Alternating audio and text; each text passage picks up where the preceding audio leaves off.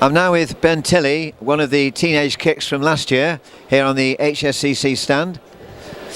Good morning and welcome to Race Retro 2018, Ben. Morning, Graham. Yeah, it's been quite good so far. So, what have you done this season, this last season?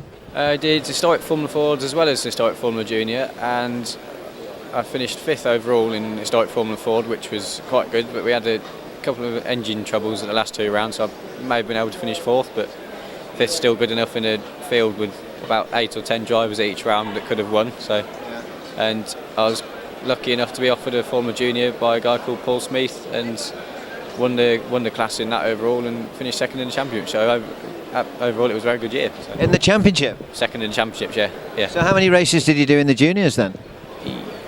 About 8 or 9 in total, and we missed one due to an engine trouble with that at Donington. So if we didn't miss that one at Silverstone, then I may have been in chance with winning the championship overall, because I'd only finished 2nd by 6 points. So if I was at Silverstone, we may have won the championship, but that's how it goes. So I'm still young, so hopefully I've got plenty more years to go. Yeah, you're still young, that's for sure. So have you got any more Formula Juniors this year? No, because the car is for sale this year, Paul Smith's car, so it's in the newsletter this month, and I hope we may have an opportunity of another couple of races in one, but we've just got to sort it out at the minute. So they're brilliant little cars, to be honest. They've got more power and grip, and so it's a recipe for drifting and sideways, basically. Good racing. Brilliant, yeah. And they only weigh about, with me in it, about 470 kilos, so about 120 horsepower, and on the old Dunlop tyres that you may as well race on wood, because they've probably got more grip, and they're brilliant, to be honest, yeah. So what about slicks and wings? When are you going to start that with slicks and wings? Hopefully soon, but we did have an offer of a Formula 3. It's just trying to get the budget together for that, because the tyres are double the price, and there's slicks and wets to go with it, and they are and the aluminium tub as well. So if you do happen to dint one of them or something goes wrong, they're quite expensive to fix and get done, and they look like quite a good cars to drive, but it's just the money at the end of the day.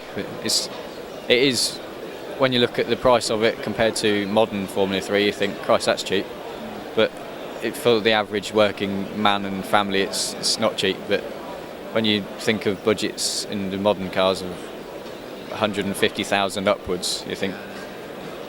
So as I said at the start of the interview, I said, you were on the teenage kicks last year. So how are the other two lads doing? James is branching out to something different this year, I think, and modern racing I think James is going to do, and Ed's going to do the same again, I think, Formula Ford. So you'll be racing Formula Ford in the same category as him? Hopefully, yeah. If we can get some more money together, yeah. That's the main problem, really, getting money for the racing, because see, me, mum and dad, I'm still at college, so it's trying to get money in is difficult. But when I finish that, hopefully I'll get a full-time job and help out with that a bit more. So it may find it a bit easier then, but at the minute it's quite hard. So. But as you say, you have got age on your side. Yeah, luckily, yeah. It's what Bob says. He said he's been offered earlier. He said you can do my HSCC next year for 50 quid. So pass it easily. So yeah, that's another thing. Well, another thing Bob said at Alton Park. It's good having youngsters in it, because the average age of Formula Junior is probably about 65, 70ish. So he said it's good having you in it, trying to push it forwards to get more youngsters in it and try and promote it a bit and bring the average age down a bit, I think. But it's such a fun formula, because you've got rear engines, you've got front engines, you've got Italian engine cars, you've got Lotuses, you've got Elvis, so many different cars and categories, and engine size. Well, the same engine size, but in different, front and back engine. Yeah, it's as it in the early 60s, it was basically the GP2 of the 60s. So John Surtees is my personal hero. 16th of March 1960 was his first race at Goodwood, and he won that and then was noticed by Colin Chapman. So that gives you an idea of the skill needed to drive one and what they were back in the day. So yeah, the mix is good. The front engine tends to be either BMC or Ford, and mostly drum brake, sorry. And the rear engine are Ford and BMC and drum and disc brake. So there's a couple of Italian Fiat engined rear engine ones, but there's not many, because they tend to be front engine. But yeah, they developed a Ford in the 1960, and that was obviously the most popular engine to go forward to when it finished in 1963.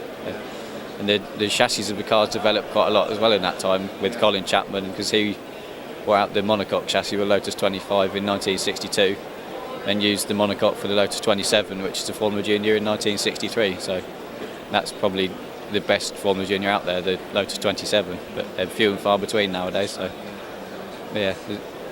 Well, I hope you get the money to get together to do the full Formula Ford and maybe something else as well, and maybe get another Formula Junior drive, Ben. Yeah, hopefully we'll see how it goes. Thank you. Yeah. Thanks very much for the interview, Ben, anyway. Yeah. Thank you.